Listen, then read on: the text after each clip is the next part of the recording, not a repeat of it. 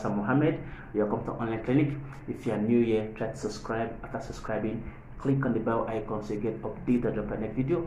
Welcome to the clinic. So today we're talking about something so interesting, a topic that's been growing for a long time and is spreading to different parts of the world, which is called the dengue fever.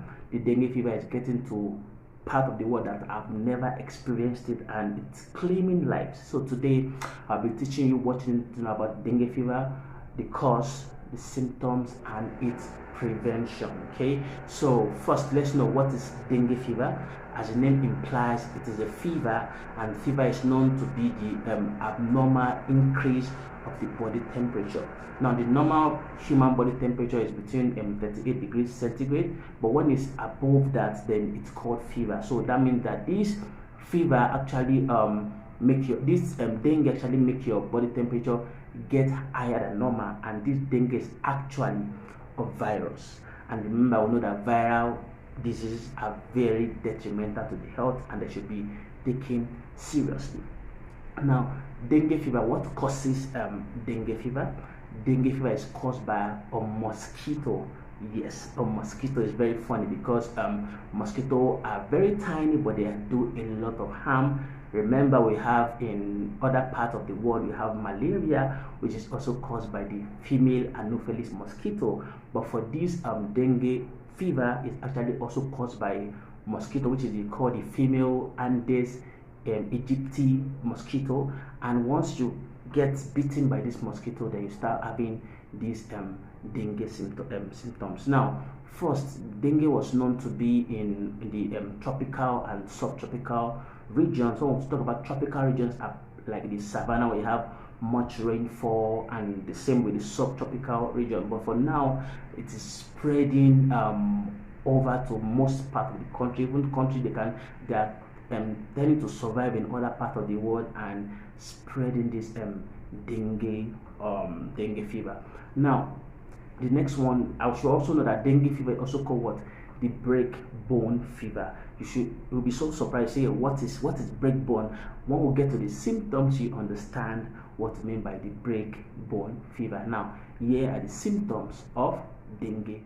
Yeah, so most people tend to confuse having flu and dengue fever because their symptoms are almost the same. But there's some things you know that flu, if you have flu, you can actually infect another person because flu is being spread by its airborne. Why dengue fever? If you're having dengue fever, you cannot infect another person because the symptoms are kind of different and it's kind of more serious when it comes to dengue fever.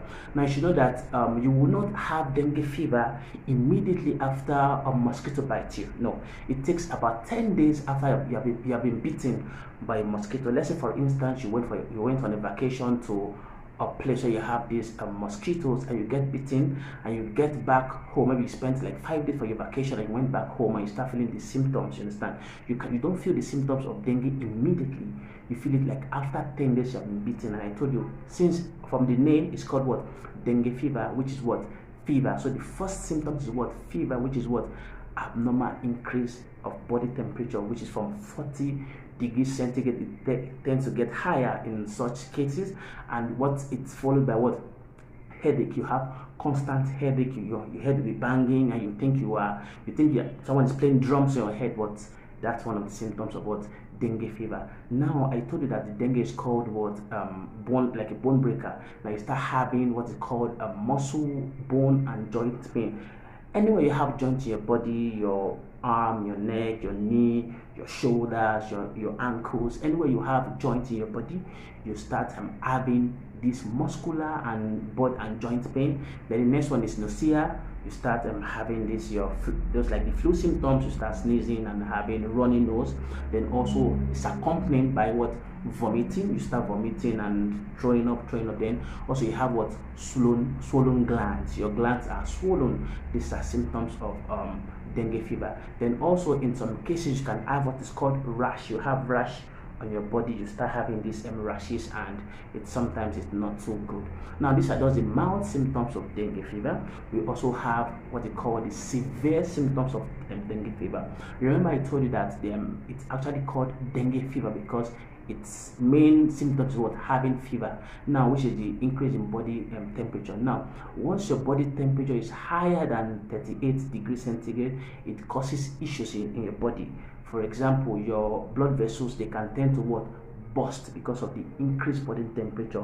And once your blood vessel bursts, you can have this internal bleeding, and from this internal bleeding can cause a lot of issues in your this internal bleeding. Let's say, for example, you tend to like injure yourself and you start having blood gushing out.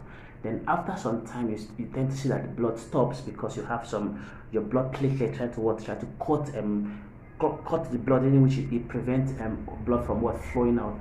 The same thing happens when you have internal bleeding. Now, with this increased temperature, your blood vessel might rupture, might burst, and after it bursts, then your blood platelet might try to clot the part in which to try to prevent blood loss. But through the process, it causes internal blood clot, and this internal blood clot can actually go to your heart, and once you have this clotted blood in your heart, it actually can lead to death of the person. Now, also other symptoms of severe dengue fever is persistent vomiting. That means you are here like vomiting continuously, vomiting, also bleeding from the gums and your nose. Now you start bleeding from your gums, and also sometimes you have this running nose, but it's accompanied with what? Blood. Then also you have blood in your urine and your stool also. Now remember I said once your blood vessels have been ruptured, you have like internal bleeding. So that means every part of your body is having this blood clot or blood stain. So also you have bleeding under your skin, and sometimes you might feel as if you have bruises, but it is so red, but it's not bruises. It's blood under your skin, and most times it can be clotted blood, and which is so bad. Then also you may have difficulty or rapid breathing, in which you cannot control your breath. That's also one of the symptoms of dengue fever. And also you'll be so tired, fatigued. You have not done anything, but you're tired. That's one of the symptoms of dengue fever. So once you're having these symptoms, you can see that these symptoms are kind of different from when you're having flu. For flu, you cannot be having your runny nose and coughing, sometimes vomiting, but not always. These are not the symptoms. But for dengue fever, you have it accompanied by more things. So you're having this more included symptoms. That you're not just having just flu, you're also having dengue fever. So you might need to go to the hospital to get yourself checked up. Now the next one, let's see how we can actually prevent having this dengue fever. Dengue fever can be prevented in so many ways. So the first one is through vaccination. In some part of the country where you have serious issues of dengue, there are actually vaccines for dengue, and you can only receive it from the age of 6 to 60.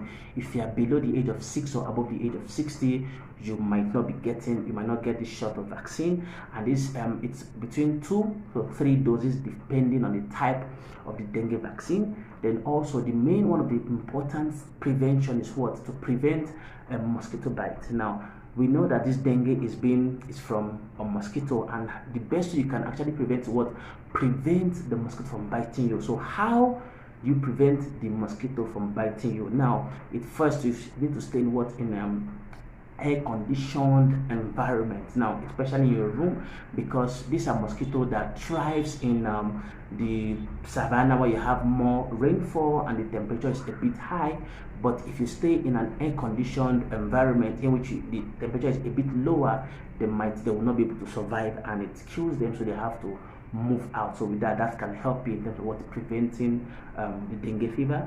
Also, you have to wear protective clothes. If you are going to a place that is being infested by these mosquitoes, it's best you wear long clothes, you wear long shirt, long trousers, wear boots, wear your hat and everything to cover yourself to the best you can, and prevent your exposing your skin to these mosquitoes also. Then also you can also use what they call this mosquito repellent. There are creams you can use. They are called this mosquito repellent cream. You can apply them on your skin directly, or you apply them on your clothes.